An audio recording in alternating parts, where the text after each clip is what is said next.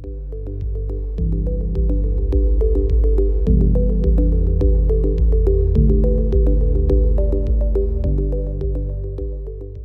everybody. Once again, we're gathered together to enjoy some fellowship, some good food, and a discussion. Tonight's discussion is going to center around the skeptic's topic of evil and suffering. Today, we hear almost weekly of shootings and vehicular attacks. Worshippers this past week gunned down in a synagogue, elderly worshipers.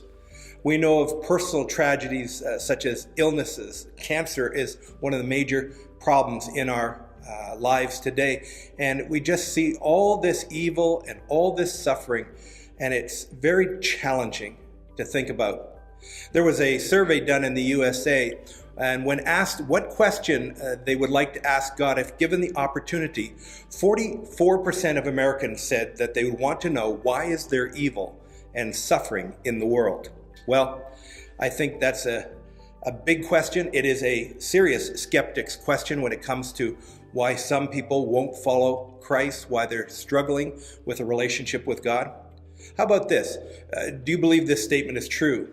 Every philosopher believes that the most serious challenge to theism was and is and will continue to be the problem of evil and suffering.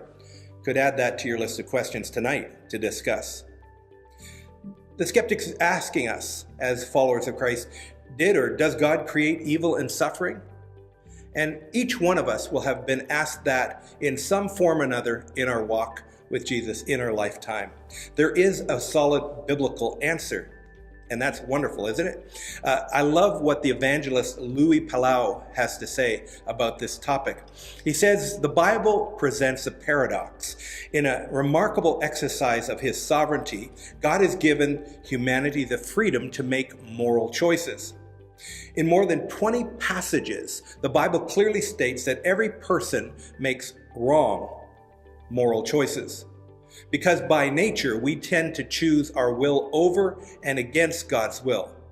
Scripture says all have sinned and fallen short of the glory of God in Romans 3:23.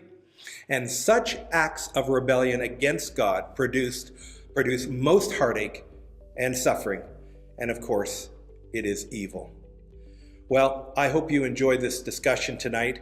I believe that you'll be given some tools tonight how to answer the skeptic's question about evil and suffering. God bless you. Enjoy your time together.